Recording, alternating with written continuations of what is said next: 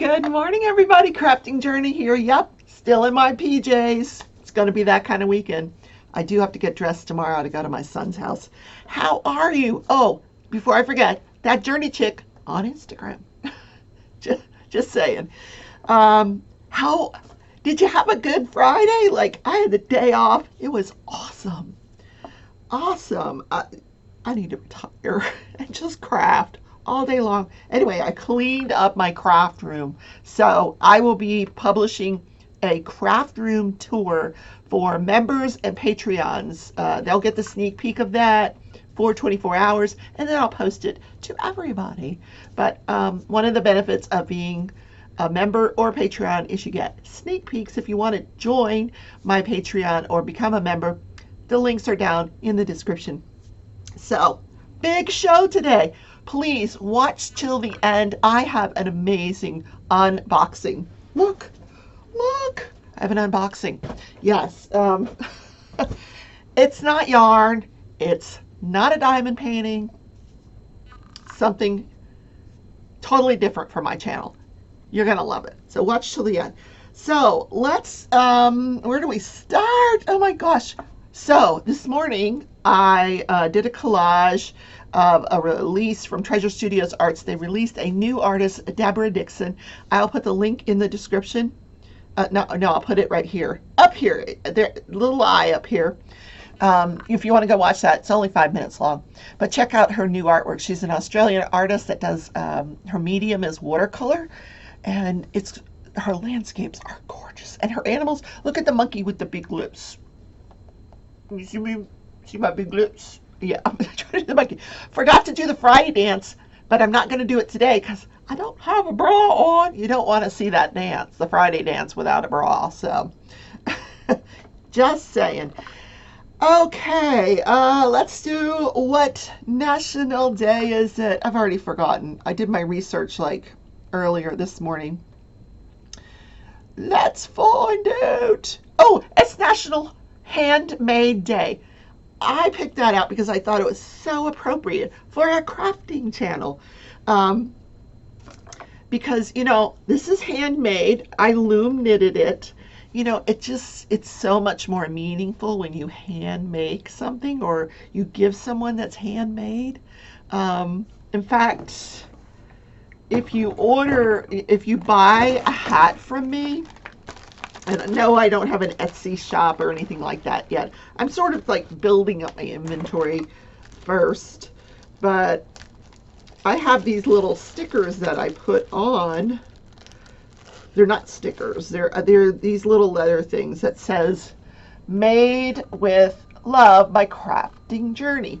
So, and even when you receive something that's handmade, it kind of touches you, and you can keep it and cherish it and pass it down and show it off. It's just way more meaningful than someone that just goes and buys a tie well, I don't wear ties, but you know what I mean. What are my typical gifts? Oh, my grandkids love to give me boxes of Russell Stovers. But, what was way more meaningful to me is like if they would draw me a picture. And Malia does that. She'll draw me pictures and stuff. That stuff is handmade and it's so meaningful to me. So today is National Handmade Day. So show off your creative talents. Hand make something, pass it along to your kids. Wait till they get older and they can appreciate it. I made my daughter I loom knitted her a hat, and then I think I crocheted her fiance a hat. Oh, I said fiance. That's wishful thinking on my part. Her boyfriend. I'd love to call him her fiance or even her husband. But we're not there yet, and I'm not allowed to mention it, so sorry I said that. Oops. I probably should edit it out. She doesn't watch this show, so I'm not going to worry about it. But I'm sure if she did, I'd be in trouble for saying that. Okay, guys, moving on. Let's move on before I get into trouble. So I'm working on my My weekend painting. Oh gosh, I gotta show it to you. Where am I? I'm bouncing around this canvas. I had everything set up. Now I gotta take it all off so I can show you. But that's okay. It's okay. I don't mind. Okay. Here it is. This is the dormouse. So now today I started this section of the mouse. You can see his coloring here. So I finished his tail last weekend. I did this the weekend before. Hopefully I'll get a little bit more done, but I'm working on a loom tutorial. So I have that almost done. And I can't wait for you guys to see it. It'll be my first tutorial, and I'm so excited. Anyway, but you know me, I'm always doing like a dozen things. I was crocheting in bed last night, trying to work on my temperature blanket. What else was I doing?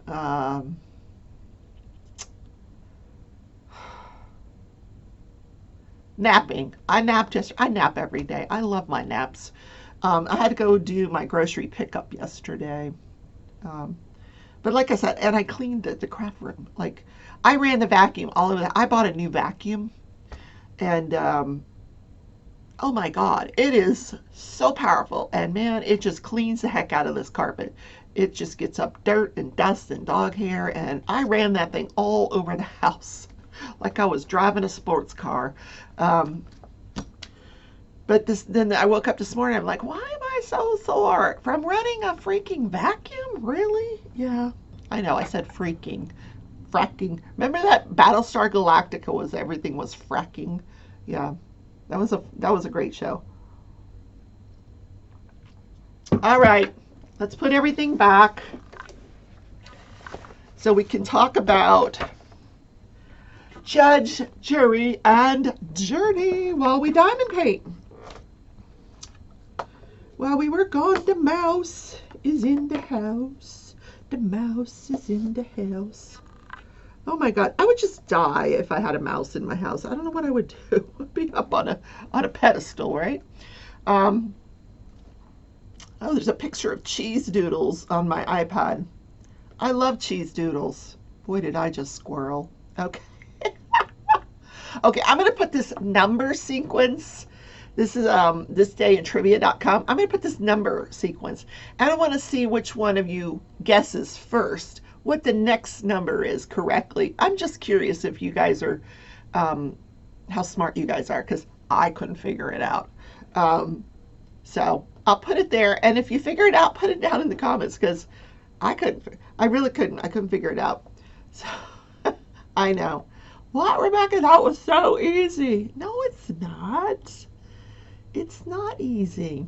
All right, what happened in Judge, Jury, and Journey? Okay, so we're covering the George Floyd trial. What a week of testimony. And yesterday was only half a day. So the judge started testimony about 9:15-ish. He's never like right on time. And then ended about 12:30-ish.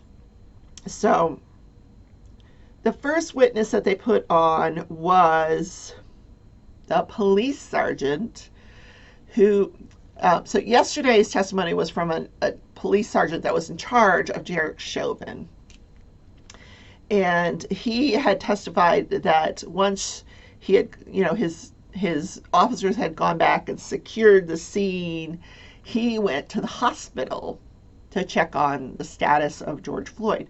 So he calls, and it was just about time for change of shift. So he calls the next police sergeant from the next shift, and he said, can you head out to the scene? I've secured the scene. I believe this is going to be a critical incident. Now, a critical incident, he explained, is when, one of the ways you have it is when there's a death, an unexplained death.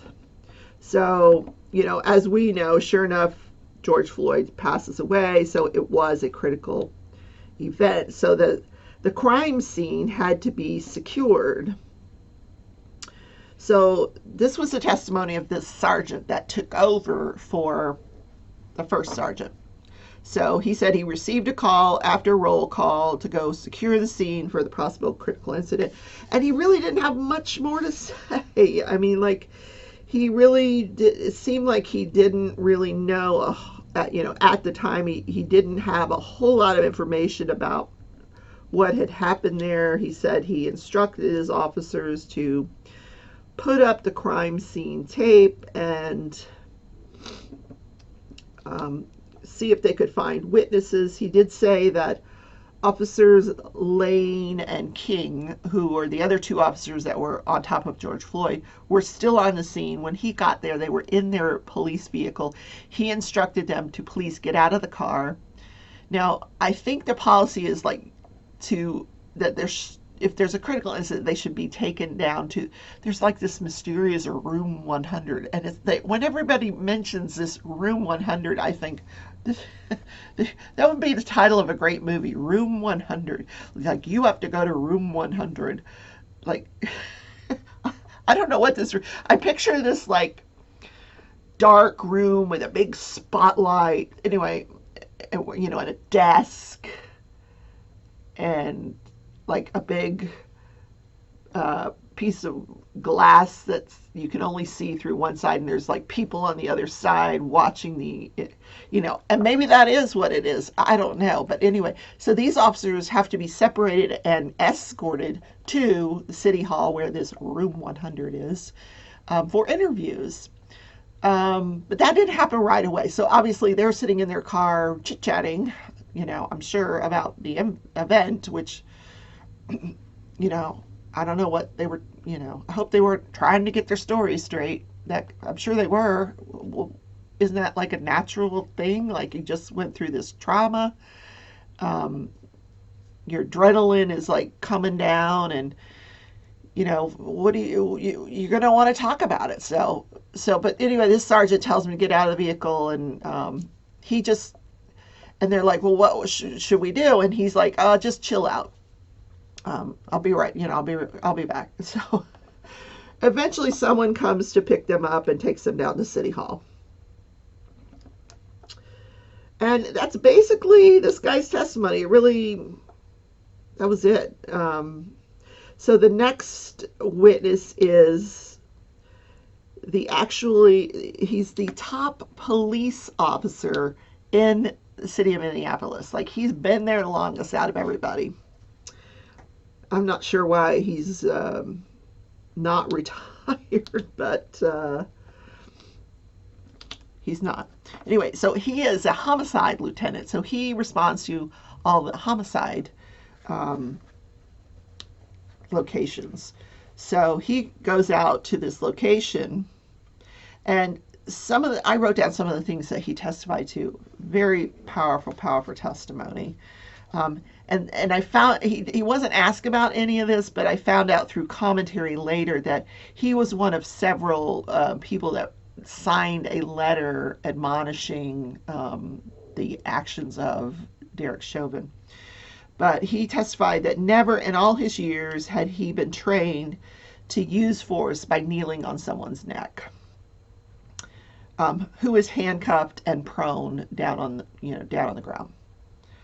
He said this is the highest level of deadly force, and he was asked, well, why is that? And he said, because you can kill the person. Yeah, not good testimony for the defense of Derek Chauvin. Now, he was saying the idea is that you're supposed to calm the person down. Once you have them handcuffed, and you're supposed to try to calm them down. And if they're not, he said, once you have somebody handcuffed, they're not really that much of a threat to you anymore. The threat level comes down because there's not a whole lot that they can do. If they're handcuffed, they can try to kick you, but they're handcuffed. So they're not really as much of a threat as if they weren't handcuffed.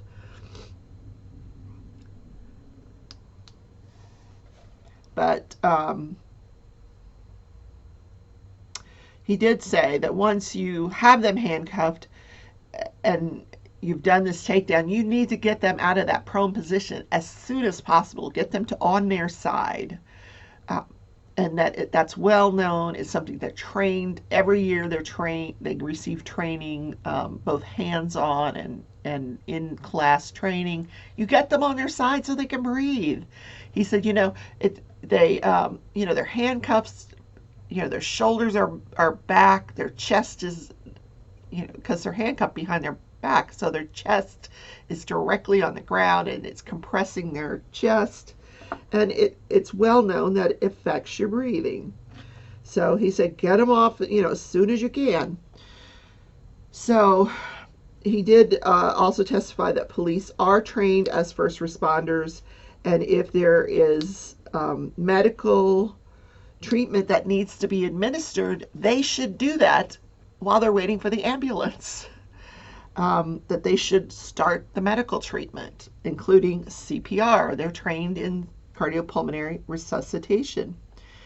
So the biggest thing that he said, and the hugest blow to Derek Chauvin's defense, was that he said the use of force, or that him kneeling on this guy's neck, was totally unnecessary and uncalled for. And those are his exact words. He saw nothing that would dictate to him the level of danger that to Derek Chauvin that necessitated that level of force. Oh, I don't know if that made sense. Um, he was on the ground. He was handcuffed. you know, why are you using deadly force? You're not in any danger of being killed at this point, I guess is the point he was trying to make. Um, really powerful testimony. So that is how the day ended. So if you missed any of last week's testimony, I do have a playlist of all of my recaps that you can go back and listen to catch up. I think next week we may start hearing experts. Really the only thing missing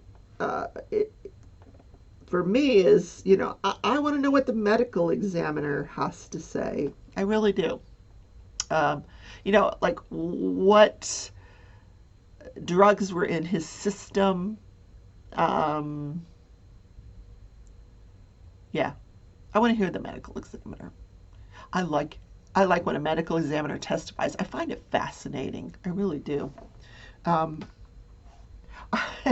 I remember I was in law school. Yeah, and we had this one class where we had to go to the medical examiner's office and watch an autopsy.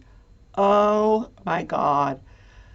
Um, it's just something you never forget. You just never forget. And it was down at the University of Miami. They have this amazing autopsy facility. So, and I was okay, having a nursing background, I was okay with what I was seeing until he got the saw out to open the brain. And I'm like, oh no, I'm out. I'm out. I can't. And the fact that the man was eating a sandwich while he was conducting this autopsy. I'm like, what? Yeah, I'm not lying. I'm not lying. Yeah, like I said, it's one of those things you never forget. One of those experiences. But I mean, it gave me a lot of insight into, autopsies, how they're performed, and yeah. In case just in case you were curious, and on that same trip, it was shortly after. I don't know if you guys remember. There was a plane crash many years ago back in the Everglades, and it was right after that. Very shortly after that had happened, and we got a tour of this facility where they do these autopsies, and the medical examiner, like, he opened this one freezer, and he was saying that there was so many, I wouldn't say bodies, but because it was a plane crash, so there were like parts of bodies. So they would get all these, like, people at the site would just bag up all this stuff. They would bring it to the medical examiner's office. They had this X-ray set up, so they would X-ray the bag and then put some identification. It was already identified, but they would X-ray the bag, and then they had to, in this freezer, they had to construct these shelves. They actually had wood. They built these shelves to put all these bags until they could get everything in it identified. Fascinating for me. You've probably turned the channel by now, right? Don't forget to stay to the end. I have an unboxing. Sorry about this gruesome, but I just thought it was fascinating. Just that part was fascinating to me. And just a little insight to what happens when you have a plane crash or one of these really horrible accidents, and how it's processed through the medical examiner's office. Okay, I'll get off the subject. How did I? Oh, okay. We were talking about George Floyd. Okay.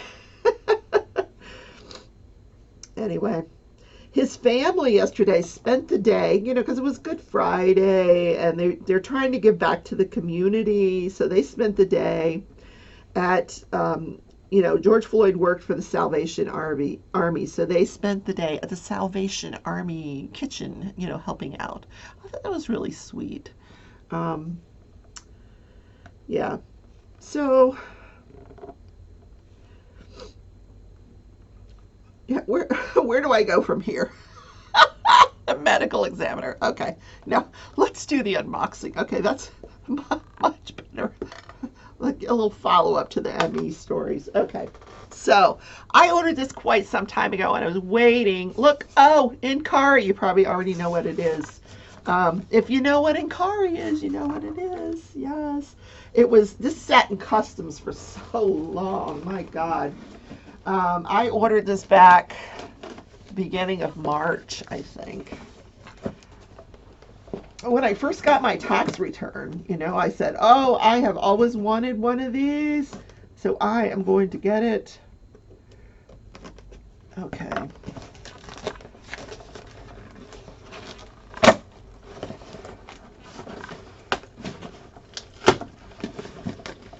Well, I'm ruining the box.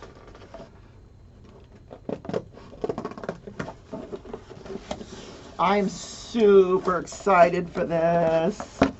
Super excited. Look. Okay.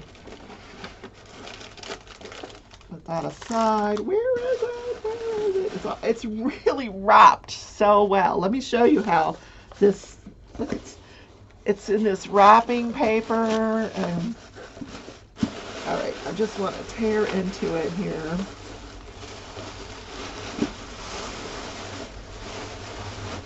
Oh my gosh.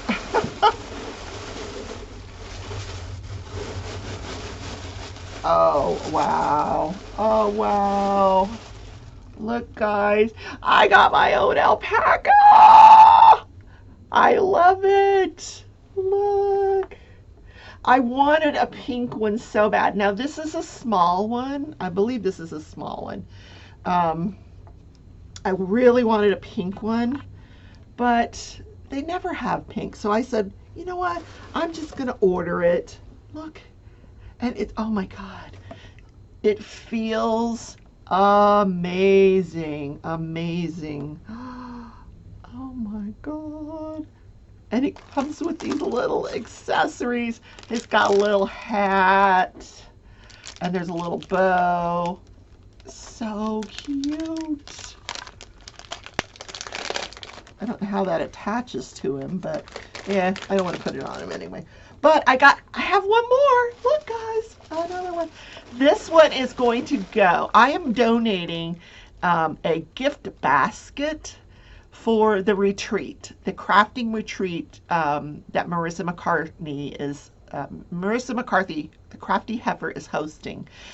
So I'm putting together a basket we always do a raffle, and there's several prizes. So one of the prizes is going to be a basket that I donate, and this is going to be in the basket. A little mini Inkari alpaca, the brown one, and he too has, the little hat and a little bow. Oh, isn't it cute? Not as cute as this one. Oh my god. So cute. Oh, wow. So, I don't know where I'm going to put this, but right here. He's going to help me diamond paint. Oh my god. So adorable. So this is a company, Inkari, Inkri. They, oh, so nice. Okay, I will tell you this stuff. Okay, this is actually the medium, and this is the mini. This one here. Okay, so this is the medium. You can get a larger one than that. I didn't want the large. This is alpaca wool from Peru, and it says, "I am not a llama." How funny. It tells you like how to maintain your alpaca. You can hand wash it with a wool shampoo and let dry on a flat surface, or bring to the dry cleaner. Oh no, I wouldn't trust this with the dry cleaner. This is so beautiful. Oh my gosh.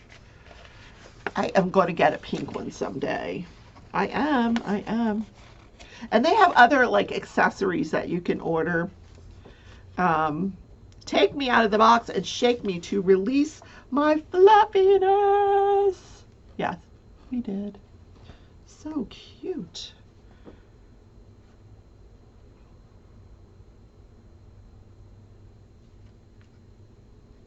Oh, I'm now a part of the VIP community. Yay. Or I can become a part of the VIP community. I will join because I love these things. Look. Here I am, your very own alpaca. Now let's get started. Oh my god. You have no idea how long I've wanted this. It's got little brown ears. Look at him. He's not a llama. He's just this gorgeous, oh my god. I don't need a cat anymore. I got my alpaca. Oh, look at his little feet. Look. Oh my god. Even underneath. Look at that. Oh my god. Too cute. Okay. Did I say there was going to be amazing unboxing? Did I lie? I did not. Wow.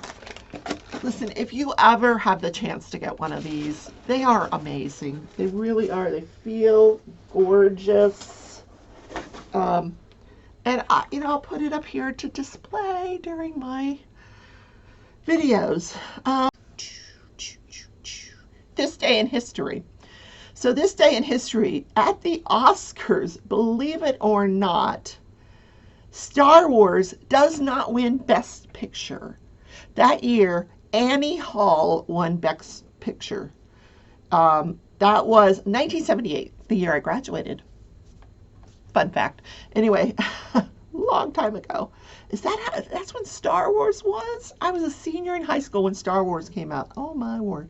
But a Woody Allen movie beats out Star Wars for the Academy Award. Holy moly. What? Yeah, that's what I said too. Some other little fun facts here. The first portable cell phone call was made. General manager of Motorola's Communication Systems Division calls his rival at AT&T's Bell Labs from the streets of New York City. So here, I shoved this picture of this guy holding this brick. I had one of these bricks. Do you remember these huge bricks? And it was in my car. It was ridiculous, the first cell phone, but I had one. Did you guys have one of these huge bricks? Oh, wow. Yeah. And then last little tidbit for this day in history. 1968, Planet of the Apes is released. I loved that series, Planet of the Apes. I was fascinated by I just thought it was so cool. Roddy McDowall and Kim Hunter were the apes. Um, the original script and novel it was based on called for a technologically advanced society of apes, but that was changed to save production costs. It was produced on a budget of 5.8 million and it earned over $33 million. And you can find that on TV somewhere. They're always playing reruns of that show. Oh, I loved that show. They talked. The talking monkeys. Oh my gosh. Yeah. Oh, guys, so that is the show for today. Where's my alpaca? I love it.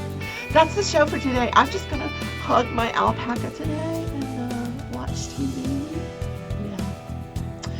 Yeah. Take care, everybody. Love you. Bye.